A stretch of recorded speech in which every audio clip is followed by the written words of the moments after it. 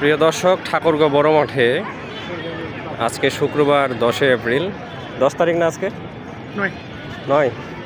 আচ্ছা, যত তারিখে হোক, আজকে শুক্রবার ঠাকুরগাঁও বড় মাঠে যে লাইটিংয়ের যে ব্যবস্থা করা হয়েছে, এটা গত কয়েকদিন ধরে দেখতেছি।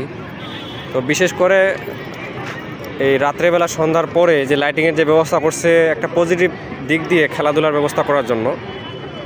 কিন্তু এটার নেগেটিভ দিক হলো কি, পোলাপাইন পড়াশোনা বাদ দিয়ে এখানে সময় কাটাতে আসে এবং বিভিন্ন কিশোর গ্যাংয়ের সাথে জড়িত হয়ে প্রায় সময় দেখা যায়। আজকেই শুক্রবারে প্রায় 2টা বড় গ্রুপ এখানে মারামারির একটা ঘটনা ঘটায় ফেলছে। তো এই বিষয়টিকে আপনারা কীভাবে দেখতেছেন একটু কমেন্ট করে জানাবেন।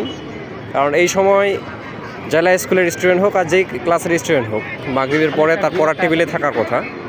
তো এই স্টুডেন্টগুলো পড়ার টেবিলে না থেকে এখানে রাত 10টা 12টা পর্যন্ত তারা এখানে আড্ডা দেয়, বিভিন্ন কিশোর গ্যাংয়ের সাথে মারামারিতে জড়িত থাকে।